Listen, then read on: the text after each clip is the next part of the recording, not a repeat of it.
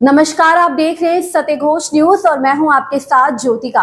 आइए रुक करते हैं खबर की ओर।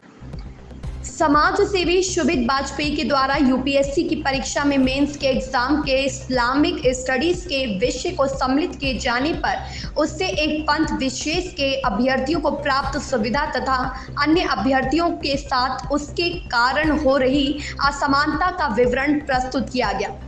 सत्यघोष न्यूज चैनल सीतापुर से लक्ष्मीकांत वाजपेयी की खास रिपोर्ट। आज आप सबके समक्ष आना हुआ है एक विशेष मुद्दे को लेकर के, और मुद्दा काफ़ी ज्वलंत है।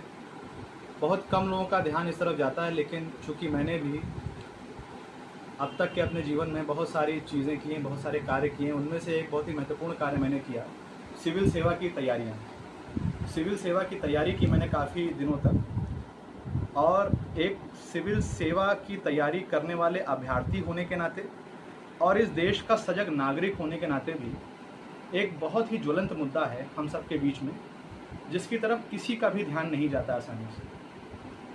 यूपीएससी के इम्तहान में जहां हर साल सिविल सेवक या सिविल सर्वेंट्स आईएएस और आईपीएस सरकार की तरफ से नियुक्त किए जाते हैं, प्री की परीक्षा होती है, मेंस की परीक्षा होती है, इंटरव्यू होता है, तो उस पैटर्न में एक भेदभाव करने वाली नीति का उद्गम मेरे मुताबिक हुआ है, जिसे मैंने सोचा कि मैं आप सभी के साथ साझा करूं।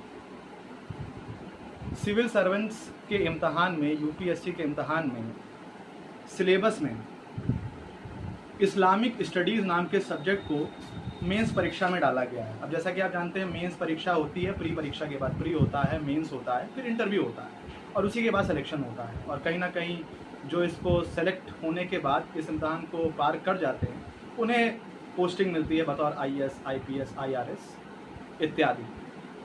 तो जैसा कि मैंने बताया साथियों कि यूपीएससी की परीक्षा में इस्लामिक स्टडीज़ के सब्जेक्ट को बतौर मेंस का सब्जेक्ट बना करके इसे इंट्रोड्यूस किया गया है सिलेबस में मेंस के, जहां पर मुझे लगता है कि भेदभाव इस दृष्टिकोण से हो रहा है कि हिंदू अभ्यर्थियों के लिए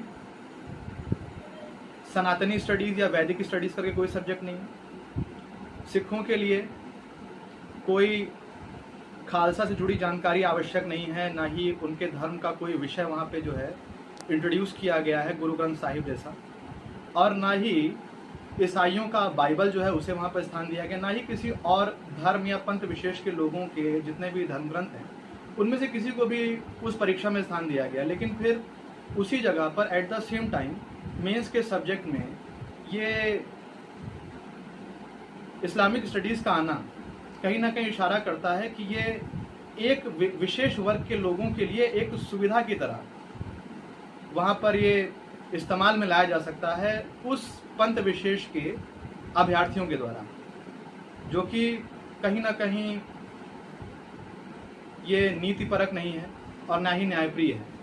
क्योंकि जैसा कि आप सब जानते हैं, सिविल सर्वेंट बनने के बाद हमें देश के लिए, प्रदेश के लिए, जहाँ के भी हमारी तैनाती होती है, बतौर एक अधिकारी, एक जिम्मेदार अधिकारी होने के नाते हमें देश हित में, प्रदेश हित में, किसी भी क्षेत्र के हित में, जनहित में हमें बहुत ही महत्वपूर्ण और विशेष मुद्दों को हल करना होता है, कई सारे महत्वपूर्ण निर्णय लेने होते हैं। और ऐसे में कुछ अभ्यर्थियों को देश की सबसे टफ परीक्षा का सामना करना पड़ता है। सबसे कठिन परीक्षाओं में से एक है यूपीएससी।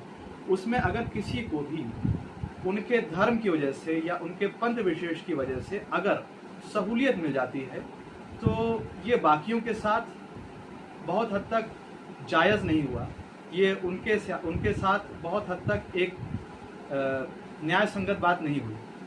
तो मेरी समझ से अगर सरकार उनके लिए, एक पंथ विशेष के लिए यूपीएससी में बतौर मेंस का सब्जेक्ट इस्लामिक स्टडीज़ को लॉन्च करती है, तो वैदिक स्टडीज़ को भी लॉन्च कर देना चाहिए।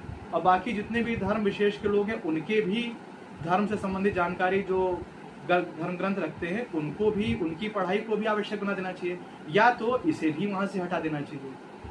संवैधानिक पोस्ट पर जाने के बाद संविधान की रक्षा करने के लिए, चूंकि संविधान का मूल शब्द जो संविधान है उसका अर्थ होता है संविधान, मतलब सभी के लिए बराबरी का विधान, समानता का विधान। तो ये असमानता जो व्याप्त है उनके यूपीएससी एस्पिरेंट्स के उनके भविष्य को लेकर के या उनकी चयन प्रक्रिया को लेकर के ये उचित नहीं है मेरे हिसाब से। और इसीलिए मुझे लगता है कि एक संवैधानिक पद पर जाने के बाद जिन लोगों को देश को संभालना है उनके साथ इस किस्म का भेदभाव नहीं होना चाहिए। तो मैंने इस पर अपने विचार प्रकट कर दिए साथी, और आशा है कि जो मेरी बात का मर्म है वो आप सभी तक समान रूप से पहुंच गया होगा। अब ये फैसला आपको करना है, देश के लोगों को करना है कि ये कहाँ तक जायज़ है और कहाँ तक नाजायज़, और इस बाबत सरकार का और सरकार के आला हाकिमों का भी मैं इस तरफ ध्यान आकृष्ट करने का प्रयास करना चाहता हूं अपने वक्तव्य के माध्यम से। बहुत बहुत धन्यवाद मुझे धैर्यपूर्वक सुनते रहने के लिए। जय हिंद, जय भारत। इस खबर में बस इतना ही। बने रहिए सत्य घोष न्यूज के साथ।